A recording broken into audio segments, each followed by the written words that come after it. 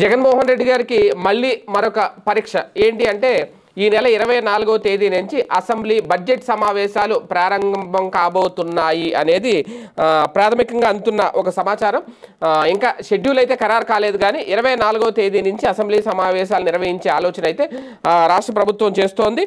అంటే మార్చిలో రాష్ట్ర ప్రభుత్వం వార్షిక బడ్జెట్ని అయితే ప్రవేశపెట్టబోతున్న నేపథ్యంలో అంటే ఏ రోజున బడ్జెట్ ప్రవేశపెడతారు అనేది ఇంకా క్లారిటీ లేదు కానీ 24 నుంచి సమావేశాలు అయితే ప్రారంభించబోతున్నారు.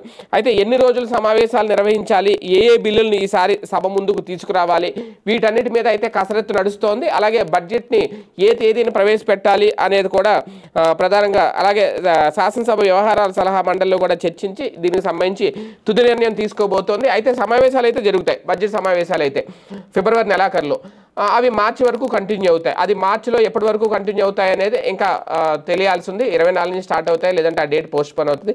అయితే ఈ సమావేశాలకైనా జగన్మోహన్ రెడ్డి హాజరవుతారా లేదా అనేది కీలకం. ఇప్పటికే రఘురామకృష్ణరాజు గారు డిప్యూటీ స్పీకర్ హోదాలో ఉన్న నేపథ్యంలో ఆయన ఒక క్లారిటీ ఇచ్చారు. 60 పని దినాలకు గనక హాజరు కాకపోతే ఆటోమేటిక్గా శాసనసభ సభ్యుడి సభ్యత్వం రద్దు అవుతుంది అనేది. అయితే ఇక్కడ జగన్ సభ్యత్వం ఒకటే రద్దు అవ్వదు. జగన్తో పాటు వైసీపీలో ఉన్న మిగిలిన 10 మంది ఎమ్మెల్యేలు, జగన్తో కలిపి 11 మంది ఎమ్మెల్యేలు కూడా సభకు హాజరు కావట్లా, తమ నాయకుడు వెళ్ళట్లేదని.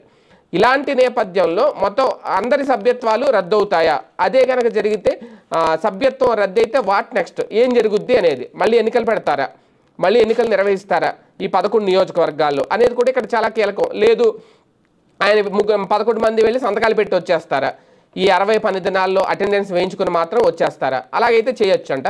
మేబీ అది ఏమైనా చేస్తారు. ఏది ఏమైనా ఇదొక పరీక్ష కాబోతుందా జగన్మోహన్ రెడ్డి గారికి? అలాగే బడ్జెట్ సమావేశాలు ఎలా ఉండబోతున్నాయి, ఏ బిల్లులు తెర మీద తీసుకొస్తారని కూడా ఆసక్తికరమైన అంశం.